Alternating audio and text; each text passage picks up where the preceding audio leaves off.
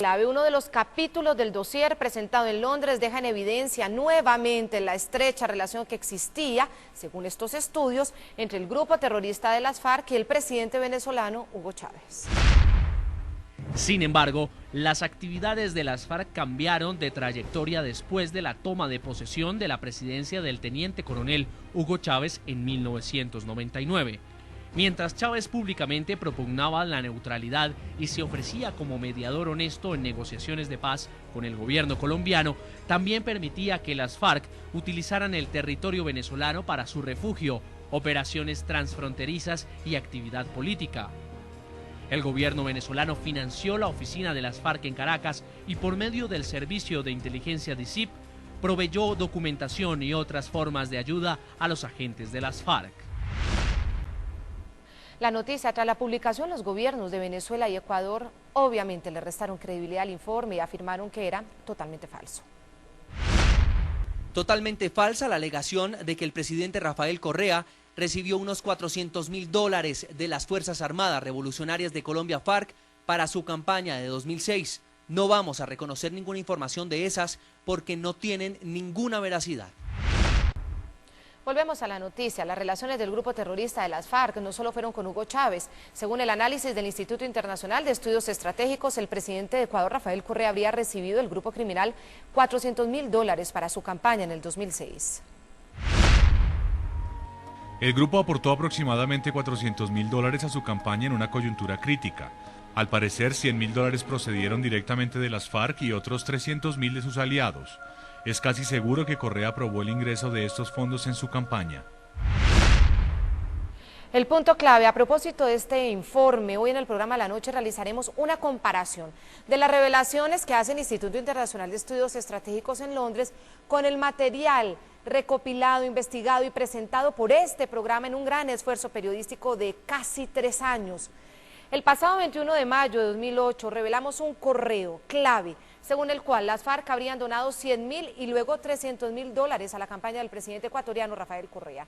Este es el análisis completo, punto por punto del correo que en ese entonces, y todavía vivo, el segundo jefe criminal de las FARC, alias Reyes, le había enviado a los jefes terroristas de las FARC el 14 de octubre de 2006, un día antes de la primera vuelta presidencial.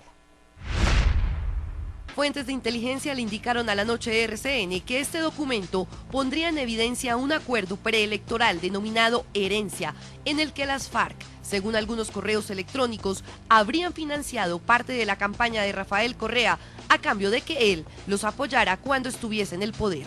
Carta de Raúl Reyes al secretariado, fecha 14 de octubre de 2006. El 13 de los Corrientes me entrevisté nuevamente con el coronel Jorge Brito y el médico Ayala. Les transmití el saludo del jefe y del secretariado deseándoles éxito en el día de las elecciones y la decisión de aportarles $100.000 más la disposición de contribuirles con el llamado a la gente de la frontera a votar por ellos. El pasado 10 de mayo el presidente ecuatoriano reaccionó de esta manera. Esto es ridículo. El único Jorge Brito que conozco es un buen amigo que ni siquiera pertenece al gobierno y él sabrá defenderse en caso de que sea él el acusado. ¿Es solo un amigo del gobierno? Vamos a ver. Nos remontamos a mayo 24 del 2003. Lucio Gutiérrez era el presidente de Ecuador. Para ese entonces ya era visto en la región como un aliado de Colombia y el continente en la lucha contra los ilegales que tratan de derrocar gobiernos democráticos. Tal fue su compromiso que en cooperación directa con organismos de inteligencia colombianos capturó a Simón Trinidad. Y oigan lo que dijo en La Noche RCN en su discurso de la Asamblea General de Naciones Unidas. Este innecesario de sangre fratricida ya no es problema solo de Colombia, ni siquiera solo de las naciones andinas. Es un conflicto que amenaza cada vez más a la paz y estabilidad del mundo entero. Jorge Brito, el mismo que conformó un grupo de monitoreo al Plan Colombia el 7 de febrero de 2006, negaba rotundamente la presencia de miembros de las FARC en territorio ecuatoriano. Lo que más llama la atención de la presunta disculpa de Uribe es que, lejos de reconocer el hecho, su declaración oficializa la peligrosa tesis de Bogotá de que esa incursión y otras anteriores de las Fuerzas Armadas colombianas obedecerían, según el presidente de Colombia, a que desde territorio ecuatoriano se planifican y operativizan las acciones del terrorismo, tesis inaceptable que debe ser rechazada frontalmente por el presidente de la República, Alfredo Palacio, el canciller, el ministro de Defensa, las Fuerzas Armadas y la sociedad ecuatoriana en su conjunto. Es ese coronel Jorge Brito el que aparece mencionado en la carta de Raúl Reyes recibiendo el dinero de las FARC a la campaña de Rafael Correa. ¿Coinciden los discursos? Volvemos al correo.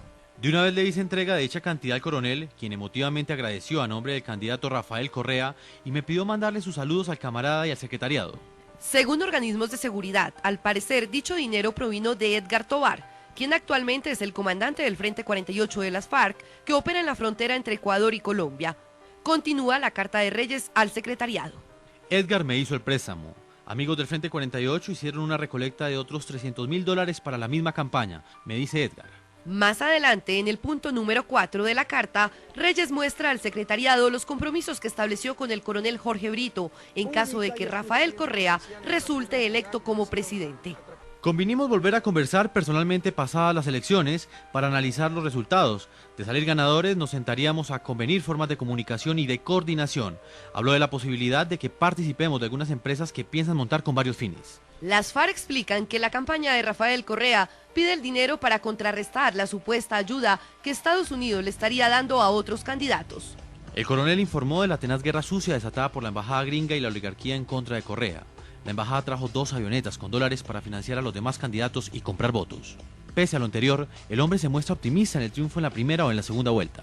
Después afirman las FARC que el coronel Brito sería clave en el gobierno de Correa. Este hombre sería el encargado de la inteligencia del gobierno de Correa y fungirá como asesor de seguridad. El ministro de la Defensa sería el general René Vargas. Para el día de la carta, 14 de octubre de 2006, las preferencias electorales en Ecuador para la primera vuelta presidencial eran las siguientes. Rafael Correa tenía un 30% de favorabilidad, León Roldos un 19% y Álvaro Noboa un 18%. Y el resultado en las urnas fue el siguiente: Álvaro Noboa 26%, Rafael Correa 22% y León Roldos un 15%. Definitivamente tuvieron que ir a segunda vuelta, la campaña aún seguía. Sí, y la realidad en ese momento iba coincidiendo con lo que describían en esos correos electrónicos. James Lockhart Smith, investigador del Instituto Internacional de Estudios Estratégicos, en su conversación con Hassan Nazar, director del programa Suma la Noticia del canal internacional NTN 24, le explicó exactamente esto que ustedes acaban de ver. Coincide plenamente la versión de él con esto que ustedes han visto en el programa La Noche.